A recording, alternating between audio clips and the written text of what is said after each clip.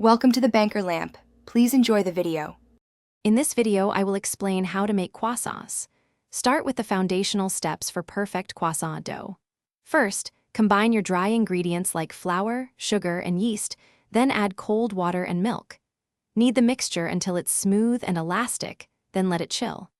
While that's resting, prepare your butter block by flattening 225 grams of cold butter between 2 sheets of parchment paper. This initial preparation is key for the flaky layers to come.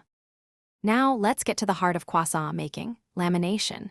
Carefully encase your chilled butter block within the dough, ensuring it's completely sealed. Roll the dough out to a rectangle approximately 20 inches by 10 inches. Then, fold it into thirds like a letter.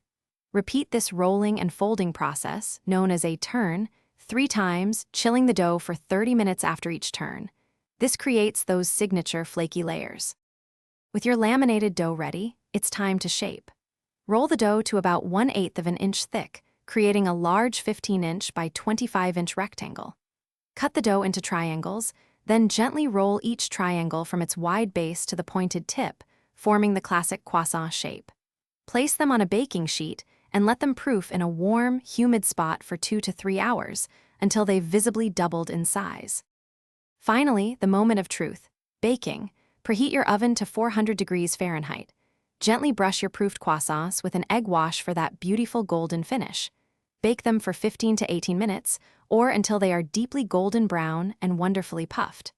Let them cool slightly before enjoying your homemade flaky croissants.